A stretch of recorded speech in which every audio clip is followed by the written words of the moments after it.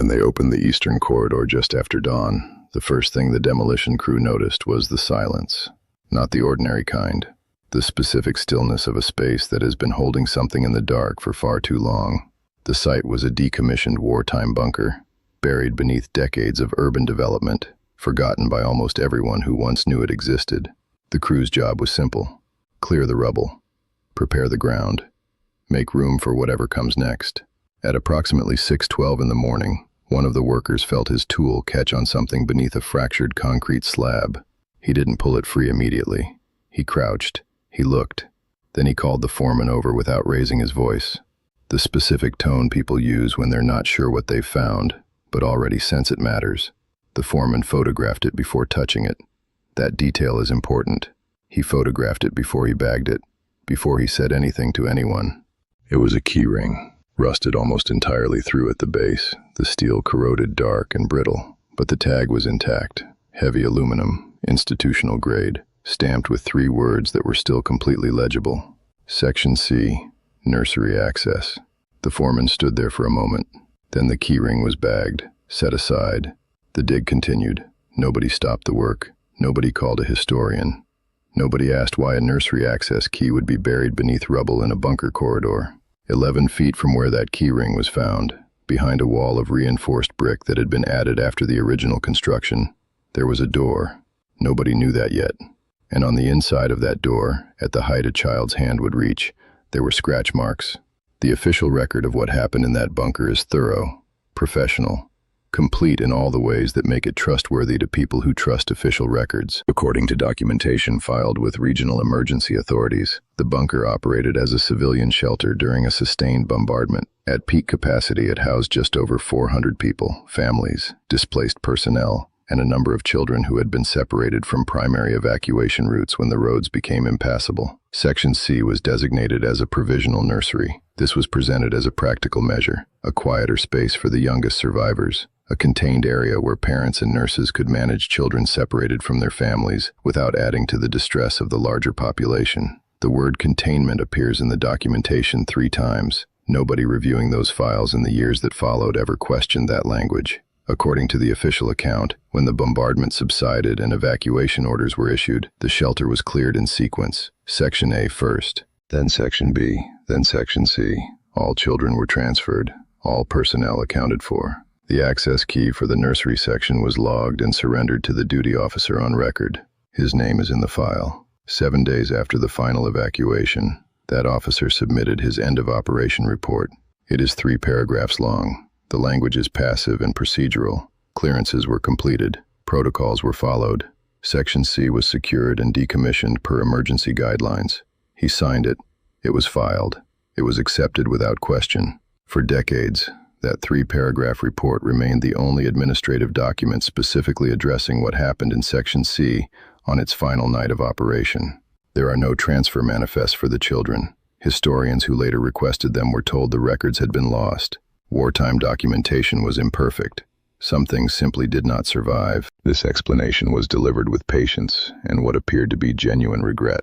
Survivors of the bunker were interviewed over the years. Most remembered the children being there. Several recalled that the crying from Section C continued longer than expected, past the point when the evacuation should have moved through that area. One woman, interviewed twice across 2 separate decades, described hearing something she could not explain, a soft sound, rhythmic, like small hands pressed against a wall. She said it came from inside the structure itself, not from the corridors or the evacuation routes.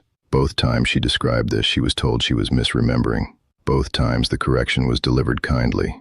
Both times the people who told her this had access to the duty officer's 3-paragraph report. The official story stood. For a very long time it stood without challenge, until a demolition worker crouched in the gray pre-dawn light and called his foreman over to look at a rusted keyring buried in the rubble. 17 days after that keyring was recovered, the structural survey of the eastern corridor identified an anomaly. Behind a section of secondary brickwork, an acoustic scan registered a void, the hollow echo of empty space behind a wall that should have been solid. The crew was instructed to open it carefully. They were not told what to expect. It took 4 hours to remove enough brick to expose the original door beneath. The door was intact, reinforced steel, institutional construction. the kind built to last. The exterior handle was corroded but functional. Nobody turned it right away. An archaeologist who had been called to the site after the keyring discovery was the one who finally opened it. She later wrote about the moment in language that was precise and careful, the kind of precision people use when they are trying to keep their reactions separate from the facts. She wrote that the door opened inward, that the air that came out was different, older, heavier, like it had been breathed too many times, and then stopped. The chamber behind the door was 8 feet wide, 12 feet deep. The ceiling sat just below 6 feet. An adult would have to stoop. A child would not. When the portable lights were brought in, 2 people saw 2 things at exactly the same moment, and both of them stopped moving. The scratch marks covered the lower 3 feet of every wall, all 4 surfaces, not random, concentrated in certain areas more than others, as though some hands had been stronger or had lasted longer. The concrete in those sections had been worn smooth, not by time, not by water, by friction, by sustained, repeated contact. Some of the marks formed shapes, partial letters, horizontal lines in groups that might have been counting. In one corner, approximately 22 inches from the floor, the same mark repeated over and over in a small, concentrated area, like someone keeping track, or like someone trying to prove they had been there. The second thing was the door handle on the interior side. It was not corroded the way the exterior handle was corroded. The wear pattern was different. The metal had been worn smooth in a way that only happens from repeated human contact, from hands gripping and pulling, gripping and releasing, gripping again. The wear pattern showed the handle had been worked from the inside, repeatedly, for an extended period of time. The archaeologist did not speak immediately. She later wrote that she stood in that chamber for approximately 4 minutes before saying anything. She wrote that she became aware of the dimensions slowly, and then all at once. 8 feet by 12, a ceiling too low for adults, scratch marks at the height of a child's reach, a door that opened inward. She wrote that standing there, she understood the crying the survivors had described, the crying that lasted too long, the sound one woman heard as small hands against a wall. She understood it had not been coming from outside the bunker. It had been coming from inside this wall, and the key that could have opened this door had been found 11 feet away in the corridor rubble, on the outside, as though someone holding it had simply let it fall. She did not write the rest of what she understood in that moment. The chamber spoke it without her. The discovery was documented, photographed, catalogued. The process was thorough and proceeded for weeks with deliberate professional efficiency. Then the documentation stopped being made public. 9 months passed before any official body acknowledged the discovery. When the acknowledgement came, it was a single paragraph from a regional heritage authority. It confirmed a sealed chamber had been found. It confirmed the chamber appeared to have been sealed during the bunker's operational period. It did not mention the scratch marks. It did not mention the door handle. It did not mention children. The keyring was transferred to a regional archive, not a forensic facility. Not a historical investigation unit, an archive. Box 17, Shelf 4. The catalog entry reads Miscellaneous Hardware, Wartime Facility, Eastern District. When an independent university research team opened their own inquiry, they found something in the duty officer's report that apparently had not been examined closely before. The report was dated 7 days after the evacuation, but the document processing stamp showed it had been submitted 4 days before the evacuation ended. The officer had reported Section C as cleared and secured before the evacuation of Section C had been completed. Authorities described this as a clerical discrepancy. They did not explain how a time-stamped institutional submission could occur before the events it described. The duty officer had died 11 years before the chamber was discovered. His personal records had been disposed of by his estate, legally, quietly. 3 historians submitted formal requests for the inquiry's findings. 2 received summaries, heavily redacted, names removed, dates removed, room designations erased. The 3rd received no response at all.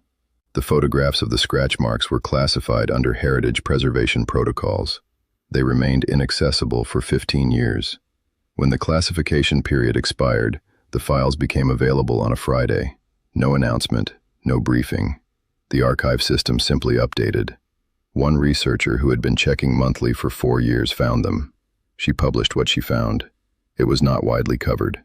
The woman who described hearing small hands against a wall died before the chamber was opened. She died not knowing the sound she remembered was real. She died not knowing the wall she described had scratch marks on the inside, at the exact height she would have heard them from. She died, possibly, thinking she had imagined it. The duty officer's report still stands as the official record. 3 paragraphs, 1 signature. It has never been retracted. The child registry for that night remains officially lost. The keyring is still in box 17, and there is one question no inquiry has ever formally addressed. The keyring was found in the corridor, 11 feet from the door, on the outside. Someone carried that key out during the evacuation. Someone had it while the door remained locked and the sounds continued. Someone either dropped it or set it down, and then left. The scratches say the handle was tried many times after that. The wear on the metal says it was tried with force. The marks on the walls say the people trying were small. The key was 11 feet away the entire time. No official record explains why it was never used. No one has ever been required to answer that. Not formally, not publicly, not in any document that remains unredacted. And somehow, across decades of review and inquiry and bureaucratic management of this site, that question has never received an answer. The door was locked from the outside. The key was on the outside. The scratches were on the inside. Those are the facts. And somewhere in the gap between those facts and a 3-paragraph report that says everything was handled correctly, there is whatever actually happened in Section C. It is still there, waiting the way that chamber was waiting, for someone to finally ask the question that matters. Who locked that door? And why did they keep the key?